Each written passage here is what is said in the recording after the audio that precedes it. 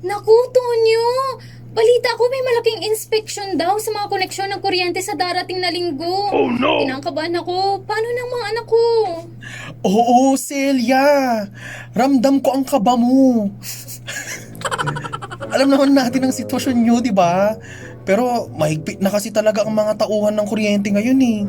Eh kung puputulin nila ang jumper namin, hindi makakatulog ang 3 kong anak.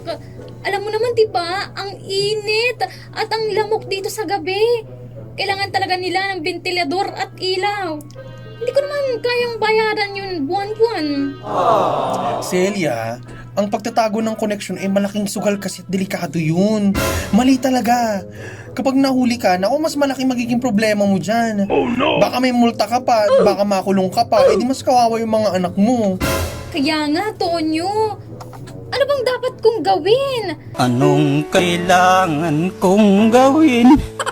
Naghahanap ako ng paraan para hindi ako mahuli. Hanapin mo yung mga magnanakaw. Sabi, Nasa TV sila. sa totoo lang, Celia, wala na kasing ligtas na paraan ngayon para gawin yung mga legal na illegal na yan eh.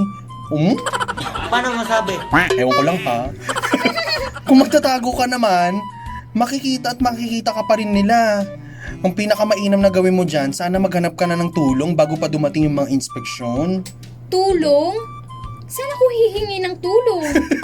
Gusto ko sabihin kasi baka mawalan tayong trabaho, Celia. Magja-jumper tayo. Baka pwede kang lumapit sa barangay o sa mga ahensya ng gobyerno.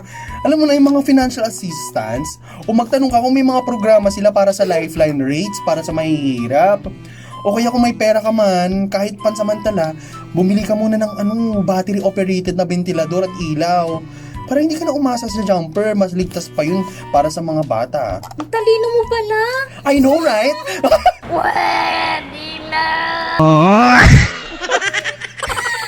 Ang kailangan ko siguro ay hindi itago ang mali, kundi humanap ng tamang solusyon sa problema ko. Salamat, Tonyo. Ganon. Meron naman yung solar na ventilador. Meron actually. Dapat